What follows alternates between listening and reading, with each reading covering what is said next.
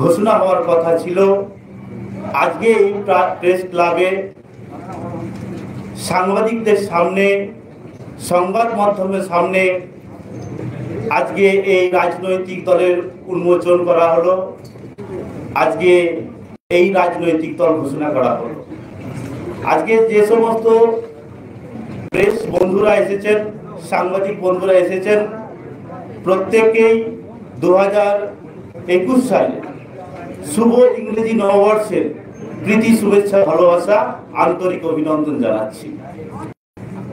প্রত্যেকেই এসেছেন, যে যে কাজে এসেছেন নিজেরা কাজ করুন, অপরকে কাজ করার সহযোগিতা করুন। আপনারা জানেন যে রাজনৈতিক দল ঘোষণা হওয়ার কথা ছিল, আজকে আমরা এখানে ঘোষণা করলাম।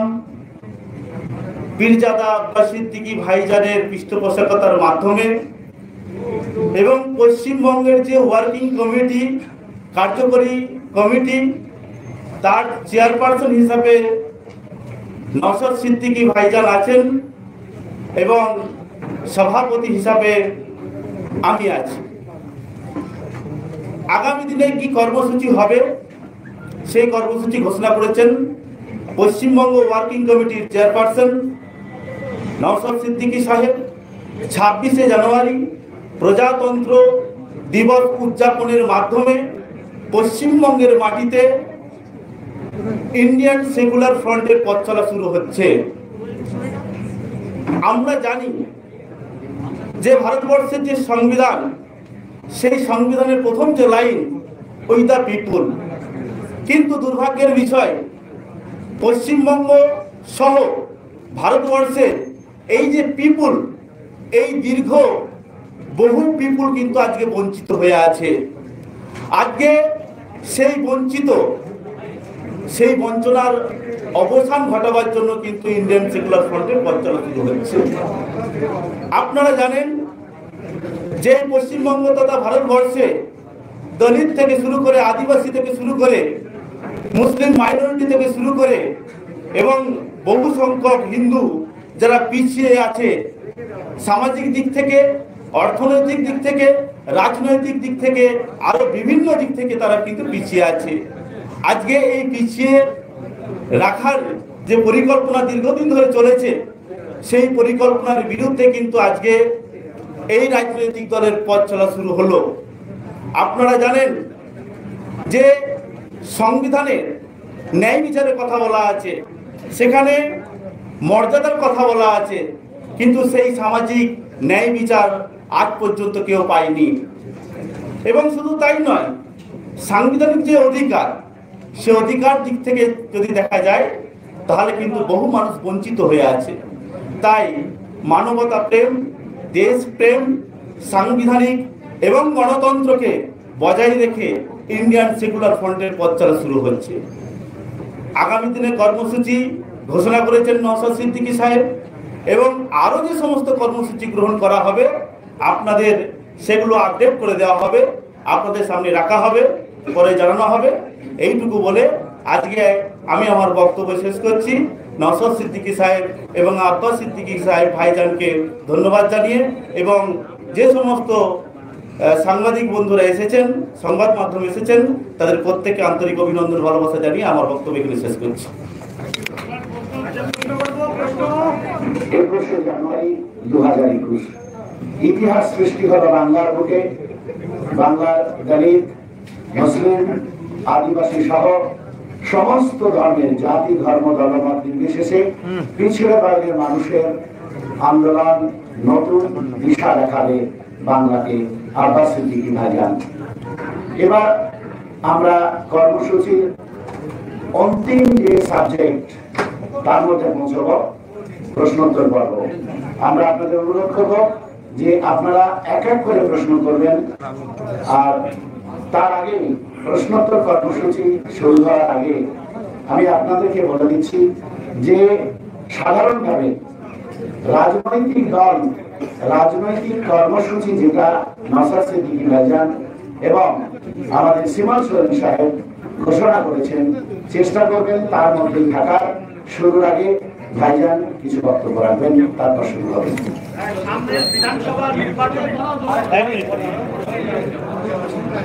সময়ের দিকে খেয়াল করে আমি আর কিছু বলছি না। আমি এতটুকু আশা রাখবো আমার প্রেস বন্ধুদের কাছে, আপনারা ভারতবর্ষের সংবিধানের চতুর্থ স্তম্ভ, সেই জায়গায় আপনাদের সহযোগিতা কামনা করি মানুষের স্বার্থে, দেশের স্বার্থে, এবং চলার পথে সর্বসময় আপনাদের ঘরে দেশ ও অসহায় মানুষের লক্ষ্যে আপনাদের ঘরে সাথী হিসেবে পাওয়ার আশা রাখি।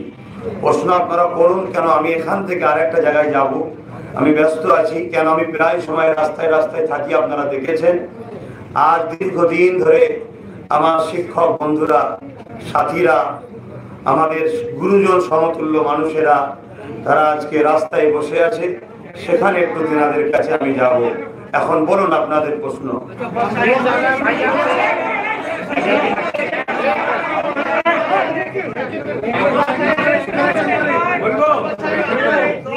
भाईजान से सबसे पहला सवाल ये है कि इंडियन सेकुलर फ्रंट क्यों রাজ্যের শাসক দলের বক্তব্য যে সাম্প্রদায়িক দলের অস্তিত্ব এই রাজ্যে নেই, তার পাশাপাশি সেটা তারা বলতে চাইছেন যে বিহারের ভোটে যেমন মিম সাহায্য করেছে এই আজকে রাজ্যে যে বিষয়টা নিয়ে হয়েছে, মনে হয় এই বিষয়ে প্রশ্ন করলে অত্যন্ত খুশি হব। টাকায় আপনার দল চলছে, তহসিল থেকে এটা বলেছে। শুনুন, সর্বপ্রথম এই প্রশ্নটা করেছেন যিনি দলের ব্যাপারে, আমি উত্তর দিই। দেখুন, মানুষের বাক স্বাধীনতা আছে, এটাই হলো আমার দেশ মহান, যে মানুষ ভুল বকলেও ট্যাক্স লাগে না, এজন্যই আমার দেশ মহান। অতএব তিনার বলার স্বাধীনতা আছে। তবে আমার যে দল আজকে শুরু হলো, সে দল শুরু আজকে চালু হয়েছে, 26 তারিখে শুরু হবে। তাও শুরু হওয়ার আগেই যদি কেউ টাকা দেয়, এই কথাটা একটা ফেক নিউজ, বাজে নিউজ। আমি মনে করি একটা হিংসা কাজ করছে, যেটা সমাজ খুব ভালোভাবে বুঝছে।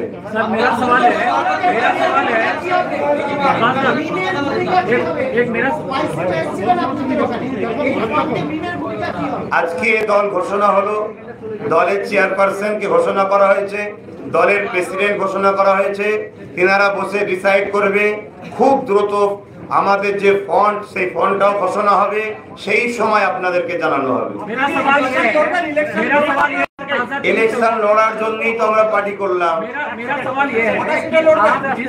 নির্দিষ্ট কোনো সিট এখন বলতে পারছি না, ধরে রাখেন 294। जिस संस्था के आप पीस ज्यादा है, जिस संस्था के आप पीस ज्यादा है, उससे एक सेंटिमेंट जुड़ा हुआ है। और जब आप पार्टी का अनाउंस कर रहे हैं तो ऐसा नहीं लग रहा है कि उस सेंटिमेंट का आप राजनीतिकरण कर रहे हैं। एक दूसरा ये कि आपने अपने भाई को इसका चेयरमैन बनाया है पार्टी का, तो फिर दूसरी पार्टी जिस पर आप आरोप लगा रहे हैं उससे अलग कैसे है आपकी पार्टी? দেখুন, প্রথম আপনি যে প্রশ্নটা করেছেন, যে পরিবারের সঙ্গে আমি জড়িয়ে আছি, সেই পরিবারের পক্ষ থেকে একটা দল ঘোষণা হচ্ছে, এটা কি সেন্টিমেন্টাল একটা কিছু ব্যাপার লাগছে না? সবচেয়ে বড় কথা হচ্ছে রাজনীতি এটা পাপ কাজ নয়। রাজনীতি হলো রাষ্ট্রসেবা, মানব সেবা, যেটা অনেক মহান কাজ। মহান কাজ করতে গিয়ে আমার কোনো রকম সেন্টিমেন্টাল বা ধর্মীয় কোনো বাধা নেই, আর দেশের সংবিধানেও কোনো বাধা নেই। দ্বিতীয় নম্বর প্রশ্ন কি করলেন? दूसरा था कि आपने अपने भाई को चेयरमैन बनाया है नौशाद सिद्दीकी को, दूसरी पार्टी से आपकी पार्टी कैसे अलग है? দেখুন, हिंदी बोलिए ना थोड़ा, हिंदी बोलिए। আমি বাংলা বলতে বেশি পছন্দ করছি। আপনি আলাদাভাবে জিজ্ঞেস করবেন, আমি বলবো। अच्छा बोले ना, बांग्ला बोलिए।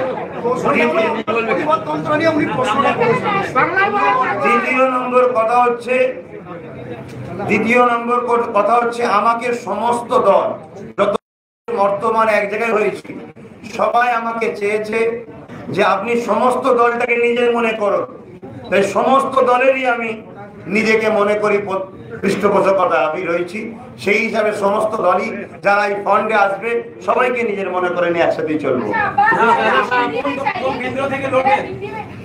আপনি কোন কেন্দ্র থেকে লড়বেন? आपको क्या लगता है कि ऐसे वक्त में एक सियासी पार्टी की जरूरत थी? ममता बनर्जी कहती हैं वो सबकी तरक्की चाहती है, सबको साथ लेकर चल रही हैं। लेफ्ट फ्रंट भी यही दावा करती है कि माइनॉरिटी वोट उनके साथ है। ऐसे में अब्बास सिद्दीकी को फुरफुरा शरीफ से क्यों जरूरत पड़ा कि सियासी पार्टी बनना चाहिए? देखिए, ममता दीदी ने क्या कहा, लेफ्ट क्या कहा, सब अपना अपना पास है, अपना राय है। मगर मेरा मानना है अभी जो माहौल चल रहे हैं इसमें हम विश्वास कर नहीं पा रहे दूसरी की पार्टी के ऊपर, इसलिए पिछड़ा हुआ मुस्लिम, दलित, आदिवासी और जितने पिछड़ा हुआ आदमी है सबके अधिकार के हमको ये पार्टी लॉन्च करना, चुनाव में आना जरूरी था। दूसरा बात है, मेरे संविधान में कोई जगह ऐसा नहीं है इस माहौल में नहीं करना चाहिए, दूसरा माहौल में नहीं करना चाहिए। जहाँ संविधान ने नहीं रोका दूसरे किसी के बाद यहाँ नहीं चलेंगे, ये मेरा मानना है। আমি কোন কেন্দ্র থেকে লড়বো না, আমি কিং মেকার হতে চাইছি। বলো असदुद्दीन ओवैसी साहब क्या आपके प्रचार में आएंगे? आसाद साहब आए थे, आसाद साहब खोल के बता दिए बंगाल का माहौल कैसा है, अब्बास सिद्दीकी बेहतर जानते हैं, इसीलिए अब्बास सिद्दीकी के पीछे हम खड़े हैं। अब्बास सिद्दीकी जैसे कहेंगे उसी हिसाब से हम चलेंगे। हमने एक फंड बनाया, वो फंड के भी नाम सुने हैं, तो बोला जी आपका फंड में हम रहने के लिए मेरा मकसद है, हमने बोल दिया। क्या चुनाव प्रचार में वो आएंगे आपके साथ? अगर हमारे साथ फंड में रहेंगे तो बेशक हमारे साथ रहेंगे। ये भी कहा जा रहा है कि बीजेपी को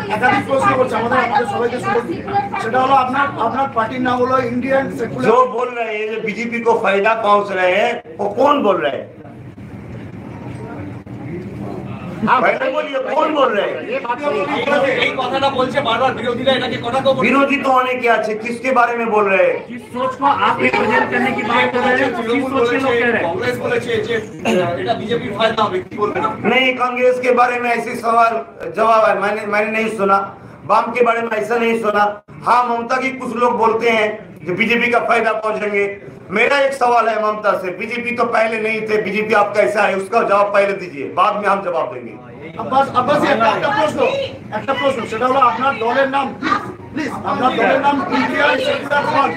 ইন্ডিয়ান সেকুলার ফ্রন্ট, আপনি কি মনে করেন যে বিজেপির বিরোধীরা বিজেপিকে সাম্প্রদায়িক দল বলছে? আপনি কি মনে করেন বিজেপি সাম্প্রদায়িক দল? আমি মনে করি বিজেপি আমার নজরে আমার দেশের জন্য ক্ষতিকারক, আমার কাছে সবার আগে দেশ, তাই আমি তাকে পছন্দ করি। আমি মনে করি বিজেপি দেশের জন্য ক্ষতিকারক। বলুন। आपने अभी भी कहा कि आप चुनाव नहीं लड़ेंगे, आप किंग मेकर होना चाहते हैं, तो अगर जो लोग आपको देखकर वोट डालेंगे, लेकिन आपके परिवार से ही जो कुछ सोवा सिद्दीकी की अगर हम बात करें तो वो तो तृणमूल के पक्ष में है, तो आपका अगर परिवार ही एक पार्टी को फॉलो नहीं करेगा तो आगे का चुनाव आप कैसे लड़ेंगे? देखिए, हमारे परिवार में एक पीर साहब नहीं है, बहुत पीर साहब है। बहुत पीर साहब का दुआ अगर हमारे सर पर नहीं रहते तो इतना सारा मीडिया हमारे पास थोड़ी आते है। दुआ है, हमारे पीर साहब का दुआ है, बुजुर्गों की दुआ फैज है, इसीलिए हर मीडिया भी हमारे बात सुनने आ रहे हैं। और आदमी लोग बंगाल का ज्यादातर लोग हमारी बात अभी फॉलो कर रहे हैं, सुन रहे हैं, हमारे मुरब्बी का दुआ है। तो अगर कोई पीर साहब ममता के पास रहे वो अपना मर्जी है।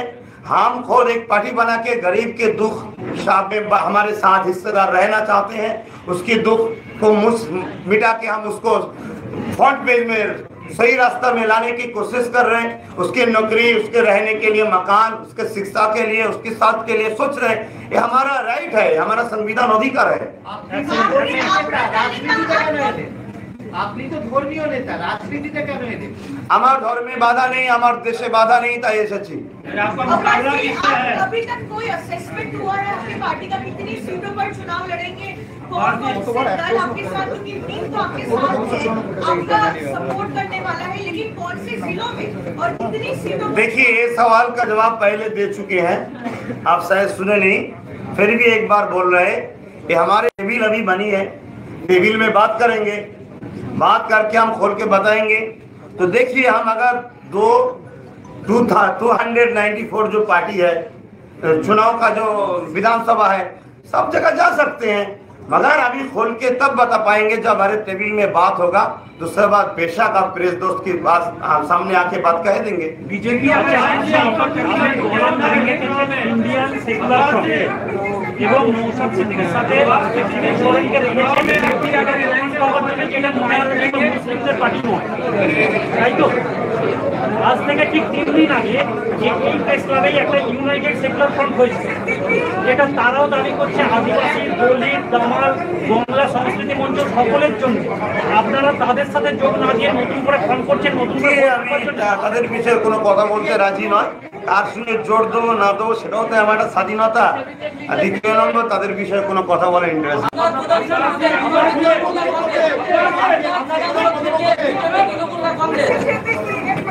বলেন ম্যাডাম, ম্যাডাম, ম্যাডাম বলেন, একজন বয়স্ক মহিলা বলছে, জি বলেন।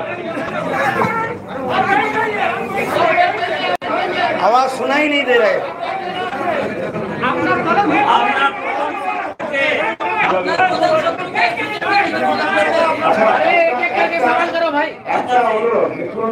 আপনারা তো মিডিয়া, আপনারা শৃঙ্খলা শেখাচ্ছেন, আপনারা জনমত তৈরি করছেন, আর এখানে যদি বিশৃঙ্খল ভাবে কোশ্চেন আসে তাহলে এক সেকেন্ড, আপনি কিন্তু মানে ভুল করছেন।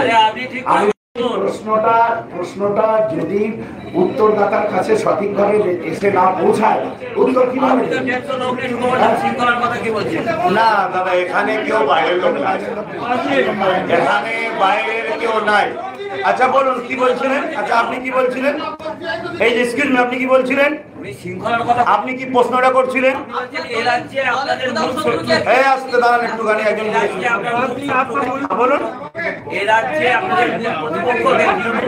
প্রতিপক্ষ মোদানকে শুনুন, আমাদের লক্ষ্য অসহায় গরিবদের হয়ে গণতান্ত্রিক প্রক্রিয়ায় রাজনীতির প্ল্যাটফর্মে দাঁড়িয়ে লড়াই। সেই লড়াইয়ে আমাদের প্রতিপক্ষ যে হবে তার সাথেই আমাদের প্রতিপক্ষ লড়াই থাকবে। এখন অনেক সময় আছে, প্রতিপক্ষ কে দাঁড়াবে, কে জোটের মধ্যে আসবে, আমরা একটা মহাজোটও চাই, সেটা এখন ঠিকভাবে বলা যাবে না। এই মহাজোটে যারা আসবে না তারাই আমাদের প্রতিপক্ষ হিসেবে থাকবে। আমাদের লড়াই হচ্ছে সুশাসনের পক্ষে, দুর্নীতির বিরুদ্ধে। মহাজোটে যদি বিজেপি আসছে বলে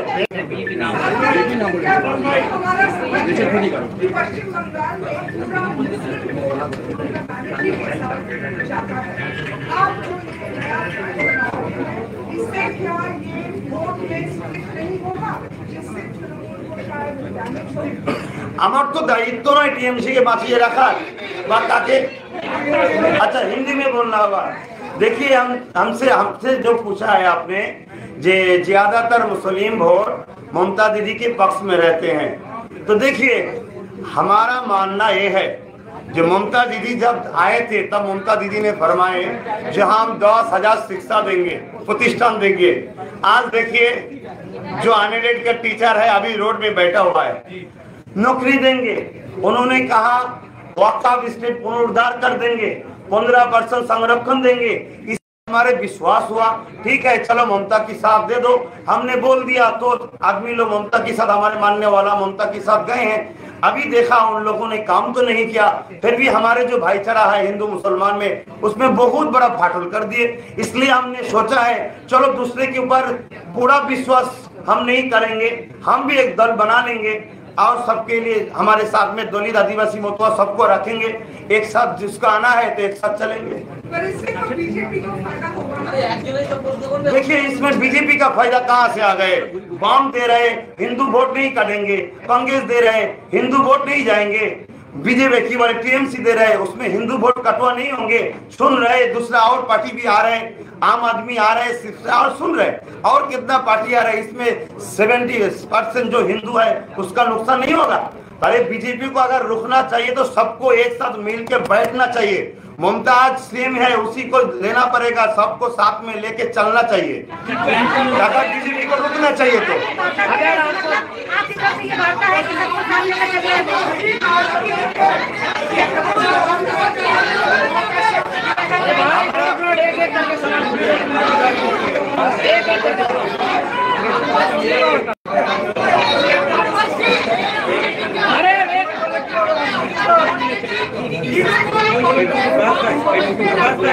সবার জন্য দরজা